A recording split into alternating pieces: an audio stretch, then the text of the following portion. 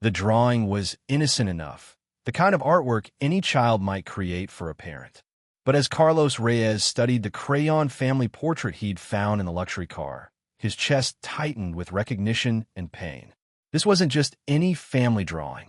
The stick figure labeled Daddy looked just like the sketches Carlos used to draw as a child, desperately hoping his father would come home. When the car owner returned from dinner and saw Carlos holding the drawing, both men froze. 15 years of abandonment, and two different families were about to collide. The Beverly Hills evening air was warm and filled with the sound of expensive cars and quiet conversations as Carlos Reyes straightened his burgundy valet vest and prepared for another night at Maestro's Steakhouse.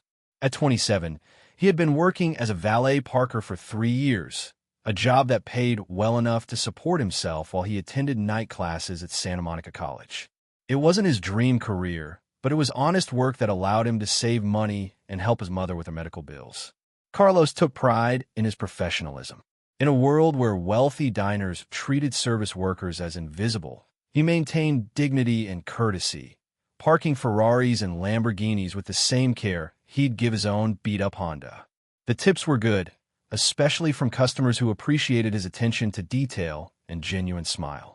The 2023 Bentley Continental pulled up to the valet stand at 7:30 p.m., its midnight blue paint gleaming under the restaurant's elegant lighting. The driver was a well-dressed man in his late 40s, wearing an expensive suit and the confident demeanor of someone accustomed to success. He handed Carlos the keys with barely a glance, already focused on his phone and whatever important business occupied his evening.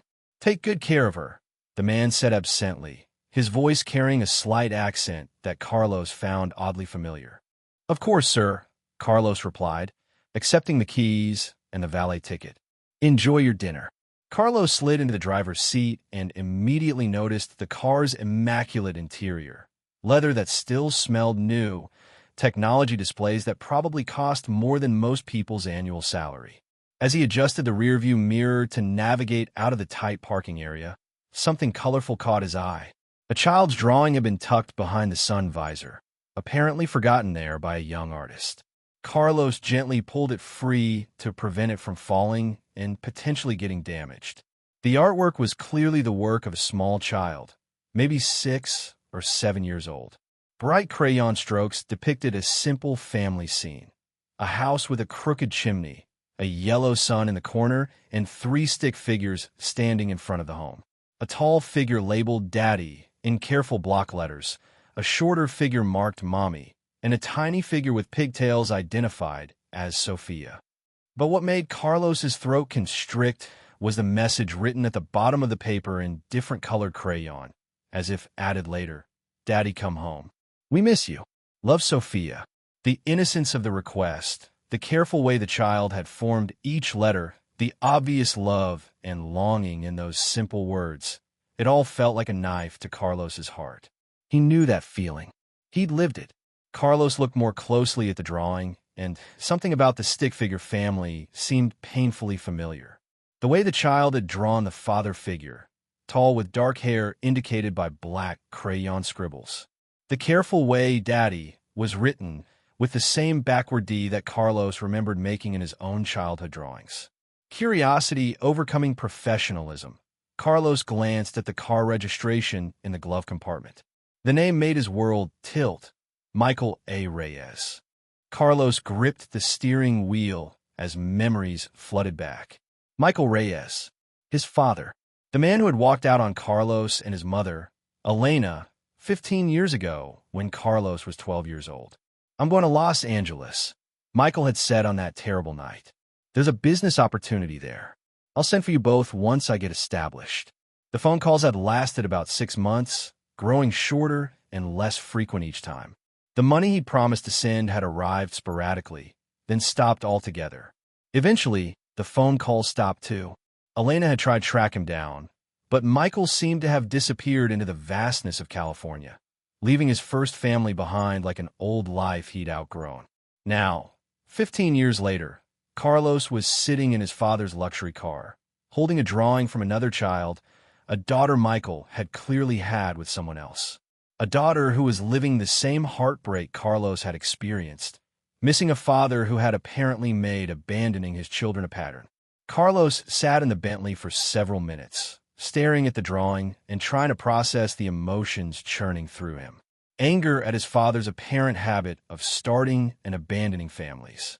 Sadness for little Sofia, who was experiencing the same confusion and loss Carlos had felt as a child.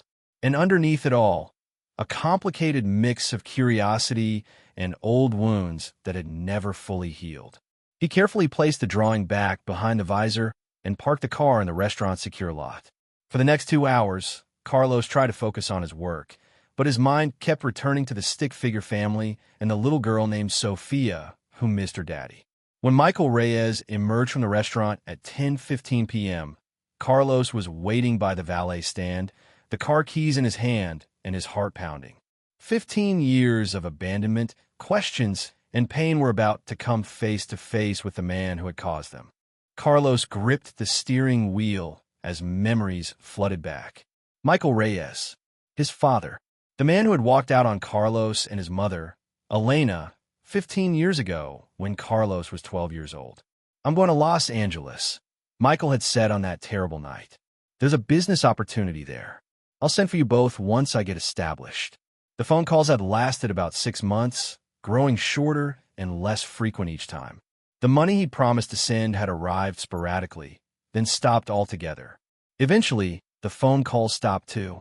Elena had tried to track him down, but Michael seemed to have disappeared into the vastness of California, leaving his first family behind like an old life he'd outgrown. Now, 15 years later, Carlos was sitting in his father's luxury car, holding a drawing from another child, a daughter Michael had clearly had with someone else. A daughter who was living the same heartbreak Carlos had experienced, missing a father who had apparently made abandoning his children a pattern. Carlos sat in the Bentley for several minutes, staring at the drawing and trying to process the emotions churning through him. Anger at his father's apparent habit of starting and abandoning families. Sadness for little Sofia, who was experiencing the same confusion and loss Carlos had felt as a child. And underneath it all, a complicated mix of curiosity and old wounds that had never fully healed. He carefully placed the drawing back behind the visor and parked the car in the restaurant's secure lot. For the next 2 hours, Carlos tried to focus on his work, but his mind kept returning to the stick figure family and the little girl named Sofia who missed her daddy. When Michael Reyes emerged from the restaurant at 10:15 p.m., Carlos was waiting by the valet stand, the car keys in his hand and his heart pounding. 15 years of abandonment, questions, and pain were about to come face to face with the man who had caused them. They walked to a quiet corner of the restaurant's parking lot, away from other customers and staff. Under the soft glow of landscape lighting, father and son faced each other for the first time in 15 years. "I know you have every right to hate me," Michael began. "I know I destroyed your childhood and hurt your mother in ways I can never fix. But you did it again," Carlos said, holding up the drawing. "Sofia is asking for you to come home, just like I used to." Michael's eyes filled with tears. I know, and it's killing me." "Then why did you leave her too?" The story that emerged was complicated and painful. Michael had indeed come to Los Angeles chasing a business opportunity 15 years ago. The opportunity had been real, and he'd been moderately successful, establishing a small import-export business. But instead of sending for Elena and Carlos as he'd promised, he'd gotten involved with Rebecca, a woman who worked for one of his suppliers. "I told myself it was temporary," Michael explained. "That I was just lonely and scared about bringing you and your mother to a new city where I wasn't established yet.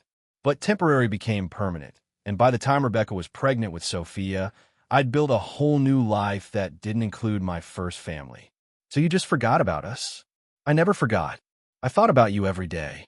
But the longer I waited, the harder it became to reach out. How do you call your son after 2 years and explain why you haven't been in touch? How do you tell him you've been building another family while his mother worked 3 jobs to support him?"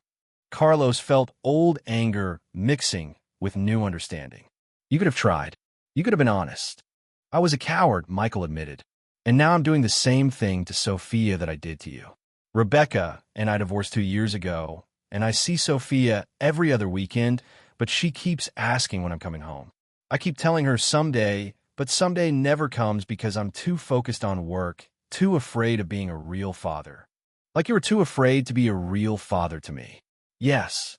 They stood in silence for a moment, processing 15 years of pain and abandonment. What happens now? Carlos asked. Do you disappear for another 15 years? Or do you keep breaking your daughter's heart on a regular schedule? I don't know, Michael said honestly. I don't know how to be the father either of you deserved. Carlos looked at the drawing in his hand, thinking about the little girl who had carefully colored each crayon stroke, who had written "Daddy, come home" with such hope and love. She's 6, Carlos said. Sofia. Same age I was when I started wondering why my daddy didn't live with us anymore. I know. You still have a chance with her. She still believes you might come home. Michael looked at his son with surprise. You're defending her? After what I did to you? I'm defending a little girl who doesn't deserve to grow up feeling abandoned like I did. You can't fix what you did to me and Mom, but you can stop doing it to Sofia. I don't know if I'm capable of being a good father. I don't know if I even know how. Carlos considered this. Despite his anger and hurt, he found himself feeling something unexpected. Not forgiveness, but perhaps the beginning of understanding.